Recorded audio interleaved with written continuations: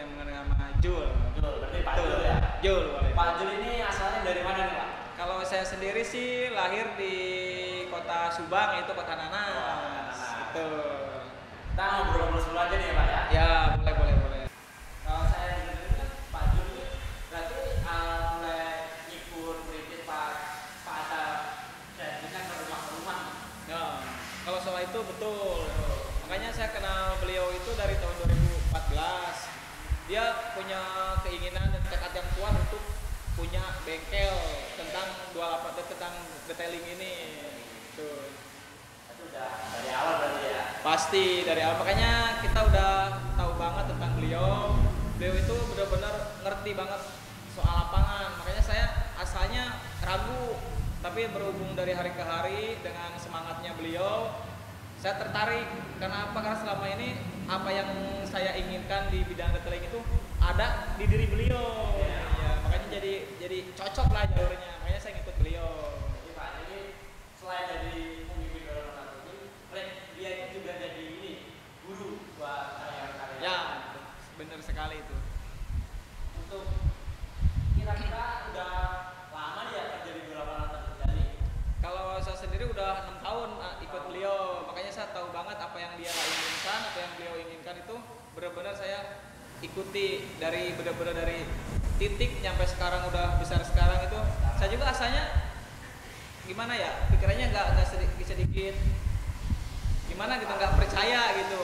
Ternyata dari dulu yang benar-benar dari door to door, dari rumah ke rumah, sekarang nyampe kita punya bengkel yang benar-benar gede segini. Iya, betul banget Pak.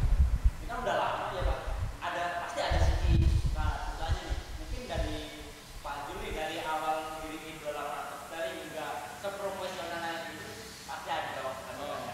Kalau soal dukanya semua pasti ngalamin. Apalagi di saat-saat baru-barunya kita merintis, kita benar-benar gimana caranya ngebuktikan ke customer kalau kita itu bisa bersaing sekelas mereka yang cuma percayakan. Jadi kita nggak bisa dipandang oleh sebelah mata.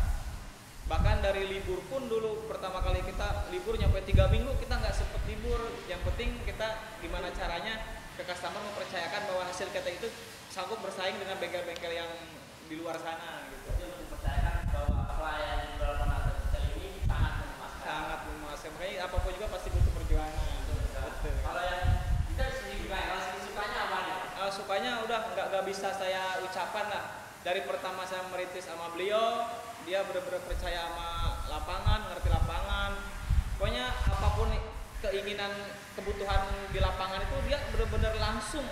Dan itu benar-benar ngerespon ya. Jadi makanya 28 itu dari bahan, dari alat itu benar-benar lebih modern, lebih canggih lagi dari masa ke masa itu ngikutin zaman. Ya, kembangnya zaman gitu. Berarti ini Pak Juli dari awal ngikut Pak Aceh ini udah jadi kepala bengkel atau masih dulunya staf tim karyawannya nih, tim Dulunya sih kita biasa aja sama teknisi kan. Kita kan basicnya juga di teknisi. Kebetulan beliau lama-kelamaan beliau mempercayakan. Dulu kita karyawan cuma 4 orang Mas. Iya, berhubung waktu, berselang waktu, lama-kelamaan ini semakin maju, bahkan nyampe 30 orang saat ini, bahkan lebih 30 orang. Jadi di sisi lain kita harus ada salah seorang yang untuk memimpin tim. Makanya beliau mempercayakan ke saya untuk jadi koordinator tim di lapangan. Jadi itu proses ya Pak ya? Pasti sangat betul. Pak Jul, ini kan udah bekerja dengan Pak Aceh udah lama nih ya? Ya betul. Awal dari merintis sampai sekarang. Biasanya kan orang-orang bekerja itu 5 tahun, 6 tahun mereka udah bosan. Mereka udah pindah posisi, pindah kerjaan gitu.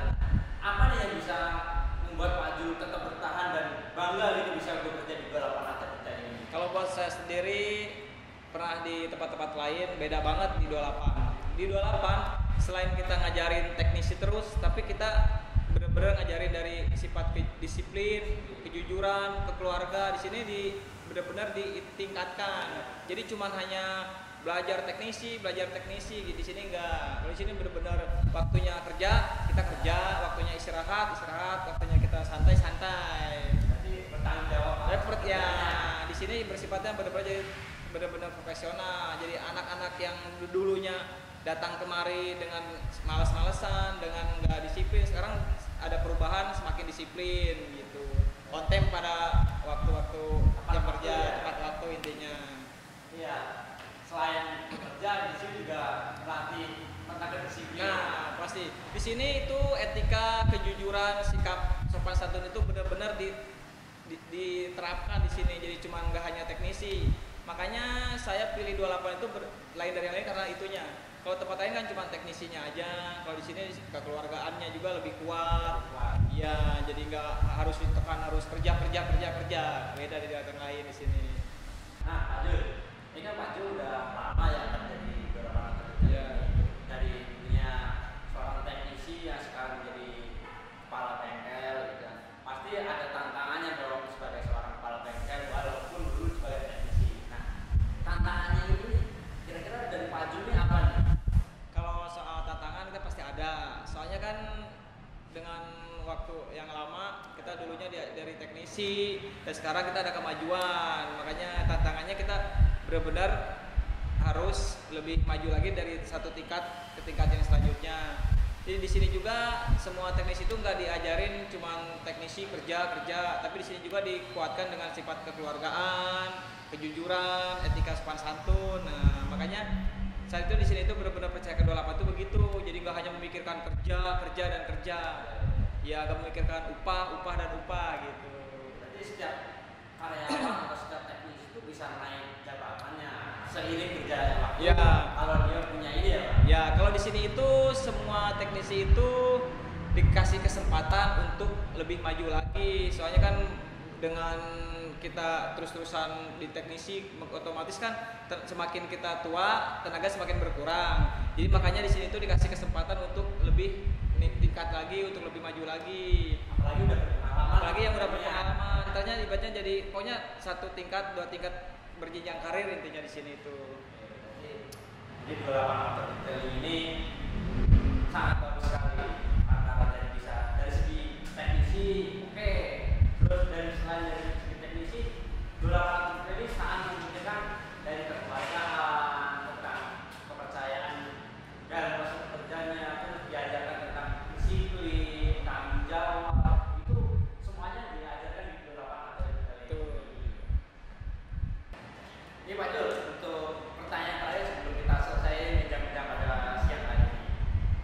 Saya lihat-lihat ini Pak Aceh ini sering turun ke lapangan, walaupun dia seorang pemimpin ya. Ini dia langsung turun langsung ke lapangan. Menurut Pak Juli, di mata Pak Juli, Pak Aceh ini orang yang kalau buat saya sendiri sih yang pernah ngalami tempat lain, Pak Raca itu benar-benar orangnya perfect banget.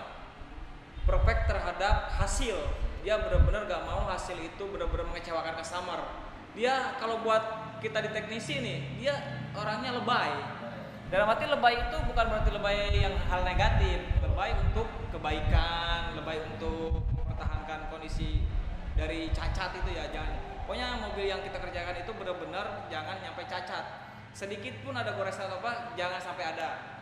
Soalnya kan kita benar-benar ngejual jasa ke orang lain. Habis itu dia itu seharusnya sebagai pemimpin kan kalau buat kita kan enak, duduk. Dia orangnya nggak gitu. Dia benar-benar gimana caranya customer datang dilayanin, nyampe dia benar-benar nyampe keluar sebelum orangnya pergi dia nggak mau meninggalkan customer itu. Saya senangnya ke beliau itu begitu. Dia benar-benar ngerti lapangan, ngerti teknis, ngerti etika, gimana caranya ke customer, gimana caranya ke anak-anak. Jadinya akhirnya kita digembleng-gembleng terus sama dia. Jadi akhirnya dia udah benar-benar kita udah 5-6 tahun sekarang ini kita benar-benar apa yang dia inginkan saya ngerti di lapangan itu. Jadi Pak Aceh itu spesial banget. Super perfect, super lebay kalau tentang kendaraan. Asli banget. Nah, udah tahu kan